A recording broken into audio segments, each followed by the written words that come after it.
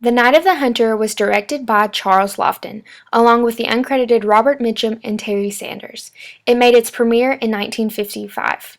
According to IMDb.com, it states The Night of the Hunter is the story of a religious fanatic who marries a gullible widow whose young children are reluctant to tell him where their real dad hid $10,000 he'd stolen in a robbery.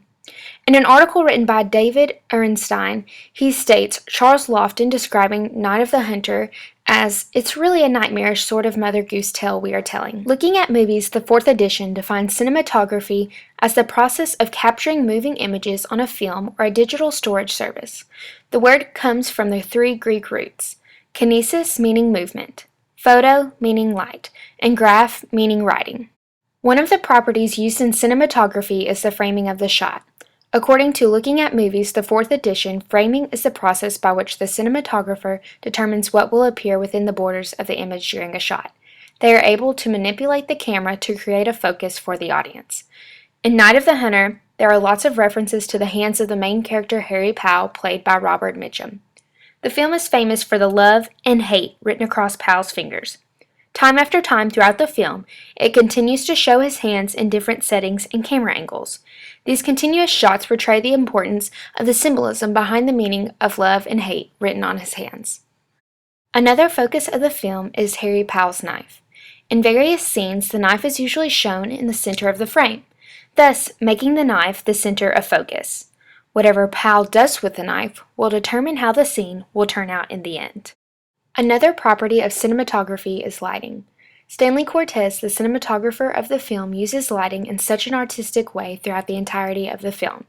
He is able to create shadows and silhouettes that help set the mood of the film. We constantly see different silhouettes of Harry Powell that make us feel eerie when he is around, like he is always watching in the shadows.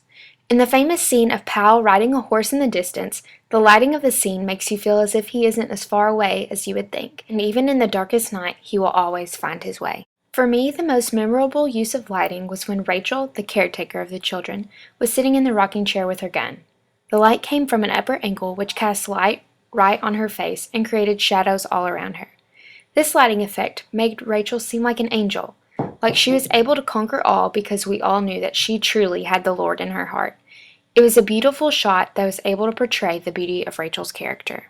On cinematographers.nl, an internet encyclopedia of cinema photographers, it states, "Only two of all the directors I've worked with understood the use of black and white, Orson Welles and Charles Lofton. For Welles, The Magnificent Ambersons, and Lofton's The Night of the Hunter, Cortez used light and shadow to create enough perfect black and white images to fill an art gallery. Cortez was also able to give otherwise mediocre works a certain interest by means of experimental techniques." In conclusion, David Ehrenstein was able to wrap up the movie's message in a few sentences. He states, "As they face off in the film's unforgettable climax, the message of The Night of the Hunter comes through with crystal clarity. Evil is abroad in the world. Children must bear its brunt, but as the film's heroine says, they abide, they endure, and so does The Night of the Hunter."